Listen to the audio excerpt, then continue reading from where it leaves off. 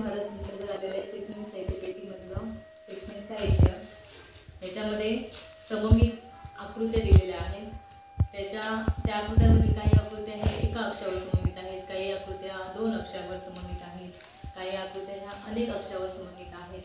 अशा सममित आणि असममित आकृत्या मुलांनी शोधायच्या आहेत आणि याच्यामधून आपल्याला जी आपली अध्ययन निष्पत्ती आहे की भौमितिक आकृत्यांचं निरीक्षण करतात, त्या भौमितिक आकृत्या जाणून घेतात, त्या सममित आहेत की असममित आहेत याची ती जाणीव करून घेतात किंवा ते समजून घेतात।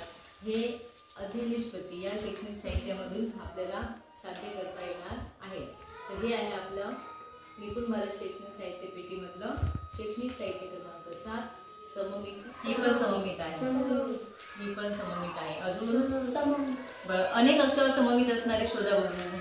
हे बघा शैक्षणिक साहित्य पेटी बघा, त्याच्यामध्ये अशा प्रकारचं खूप छान छान शैक्षणिक साहित्य दिलेलं आहे आणि आपल्या अध्ययन निष्पत्ती साध्य करण्यासाठी याचा आपल्याला नक्कीच वापर होणार आहे।